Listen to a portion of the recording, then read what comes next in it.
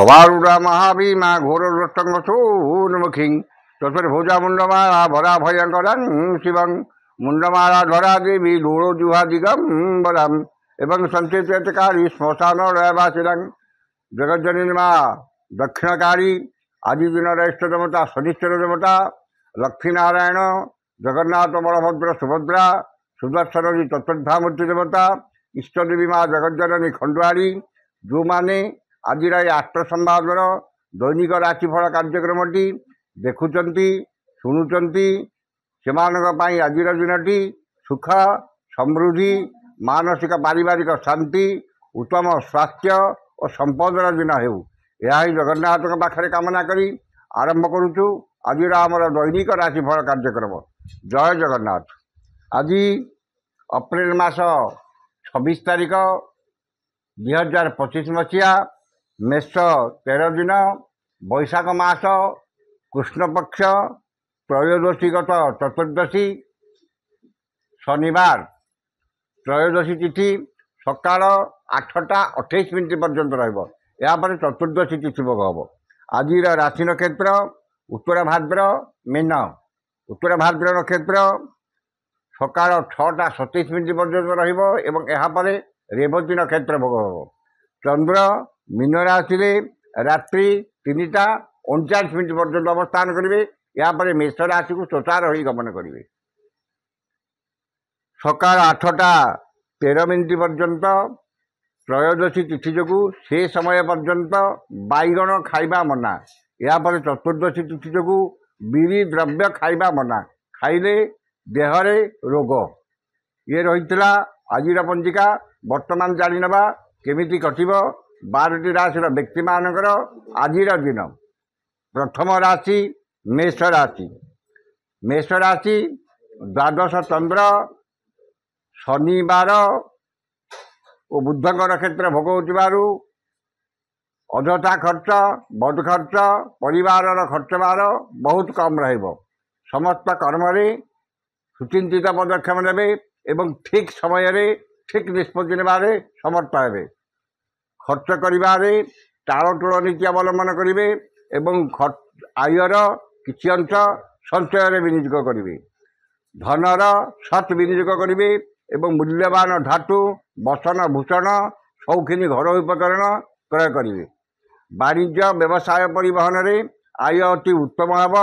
କର୍ମରେ ଆଶାଠାରୁ ଅଧିକ ସଫଳତା ଓ ସମସ୍ତ କଷ୍ଟସାଧ୍ୟ କାମ ଆଜି ଆପଣଙ୍କ ପାଇଁ ସହଜ ହେବ। ଯେଉଁମାନଙ୍କର ଅଶ୍ୱିନୀ ଓ ଦ୍ୱିଜା ମେଷ ସେମାନେ ଉପକୃତ ହେବେ।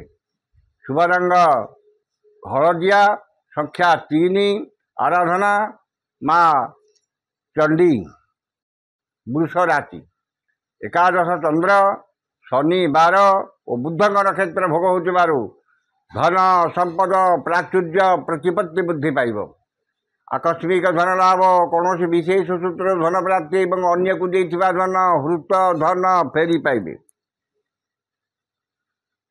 ବାଣିଜ୍ୟ ବ୍ୟବସାୟ ପରିବହନରେ ଆୟ ଅତି ଉତ୍ତମ ହେବ ଏବଂ ନୂତନ ବ୍ୟବସାୟର ସୁଯୋଗ ଜୁଟିବ। କର୍ମରେ ଆଶାଠାରୁ ଅଧିକ ସଫଳତା ଏବଂ କର୍ମସ୍ଥାନର ସମସ୍ତ ସୁବିଧା ସୁଯୋଗ ହାସଲ କରିବେ। ସମସ୍ତ ଗୁରୁତ୍ୱପୂର୍ଣ୍ଣ ନିଷ୍ପତ୍ତି ନେବାରେ ସମର୍ଥ ହେବେ ଏବଂ ଉନ୍ନତିମୂଳକ କର୍ମ ପ୍ରତି ଧ୍ୟାନ ଅଧିକ ଦେବେ। ଯେଉଁମାନଙ୍କର ରୋହିଣୀ ବୃଷ ସେମାନେ ଉପକୃତ ହେବେ। ଶୁଭ ରଙ୍ଗ ନୀଳ, ସଂଖ୍ୟା 2, ଆରାଧନା ମା ଗାୟତ୍ରୀ। ମିଥୁନ ରାଶି ଦଶମ ଚନ୍ଦ୍ର ଶନିବାର ଓ ବୁଧଙ୍କ ନକ୍ଷତ୍ର ଭୋଗ ହେଉଥିବାରୁ ସକାଳ 6ଟା 27 ମିନିଟ୍ ପରେ ବୁଧଙ୍କ ନକ୍ଷତ୍ର ଭୋଗ ହେଉଥିବାରୁ କର୍ମରେ ଉନ୍ନତି, କର୍ମ ପ୍ରତି ଏକାଗ୍ରତା ଆନ୍ତରିକତା ଅଧିକ ରହିବ ଏବଂ ଭାଗ୍ୟ ଅପେକ୍ଷା କର୍ମରେ ଅଧିକ ବିଶ୍ୱାସ ଓ ଗୁରୁତ୍ୱ ଦେବେ। ଆଜି ଯେକୌଣସି କର୍ମ ଆରମ୍ଭ କରିବେ ସେଥିରେ 100% ସଫଳତା ପାଇବେ ଏବଂ ନୂତନ କର୍ମ ଆରମ୍ଭର ଯୋଜନା କରିବେ।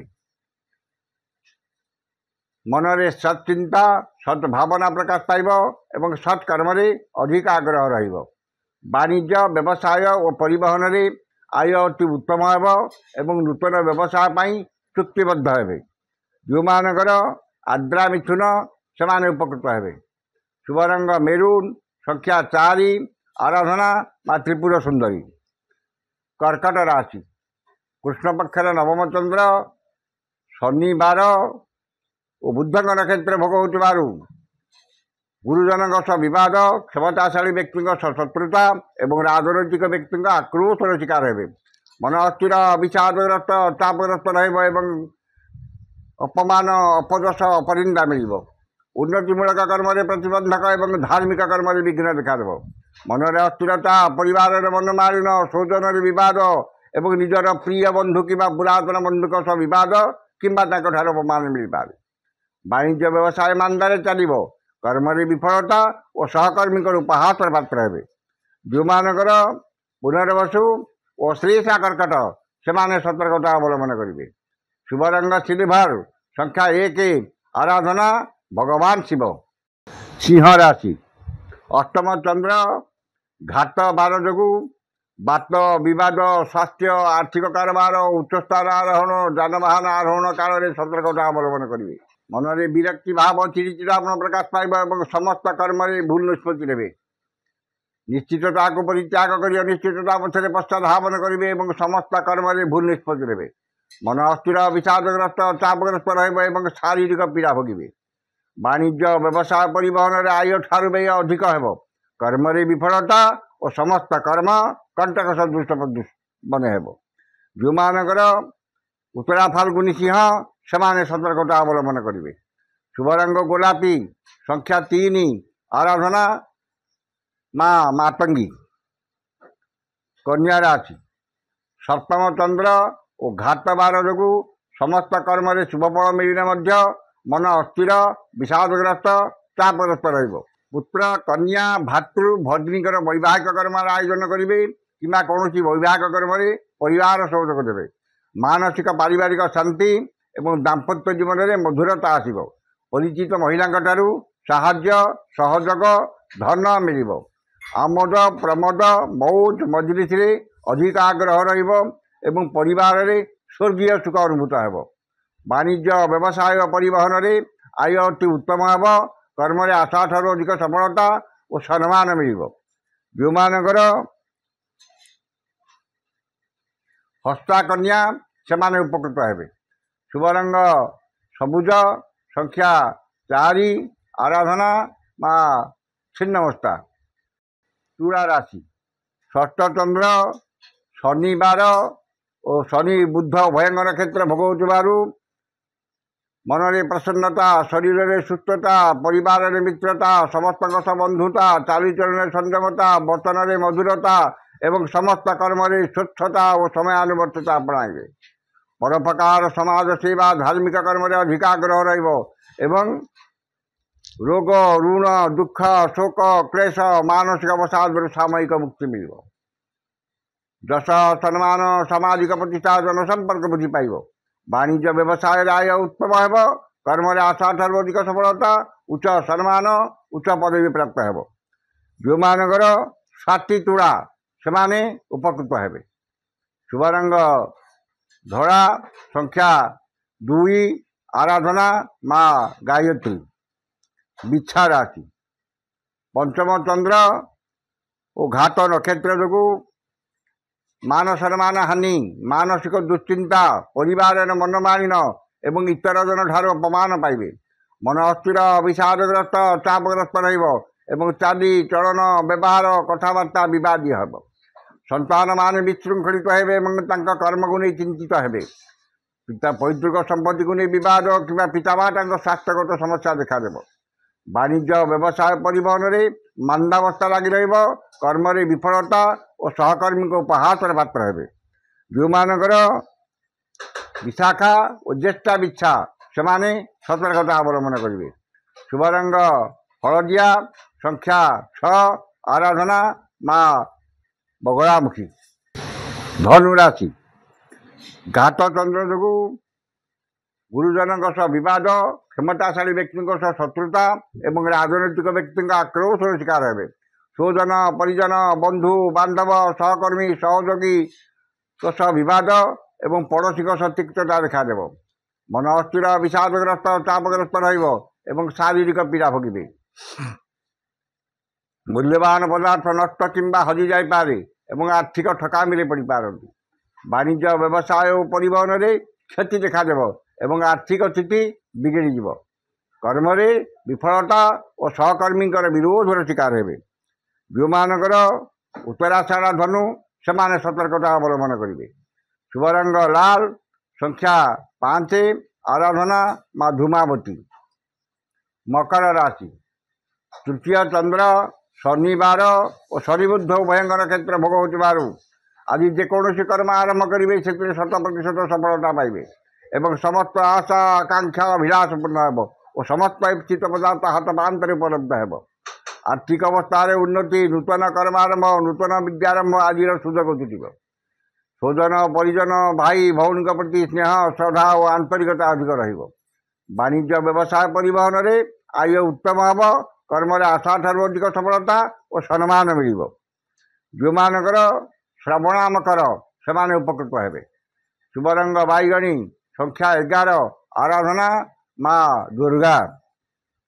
କୁମ୍ଭ ରାଶି, କୃଷ୍ଣପକ୍ଷର ଦ୍ୱିତୀୟ ଚନ୍ଦ୍ର ଯୋଗୁଁ ଧନ କ୍ଷତି, ମାନସିକ ଅସ୍ଥିରତା, ପରିବାରରେ ମନମାଳିନ୍ୟ, ଯାନବାହନରେ ଖର୍ଚ୍ଚାନ୍ତ, ସ୍ୱଜନରେ ବିବାଦ ଏବଂ ଶାରୀରିକ ପୀଡ଼ା ଭୋଗିବେ। ମନ ଅସ୍ଥିର, ବିଷାଦଗ୍ରସ୍ତ, ଚାପଗ୍ରସ୍ତ ରହିବ ଏବଂ ସମସ୍ତ କର୍ମ ବିବାଦୀୟ ହେବ। ବାଣିଜ୍ୟ, ବ୍ୟବସାୟ ଓ ପରିବହନରେ ଆୟ ଠାରୁ ବ୍ୟୟ ଅଧିକ ହେବ।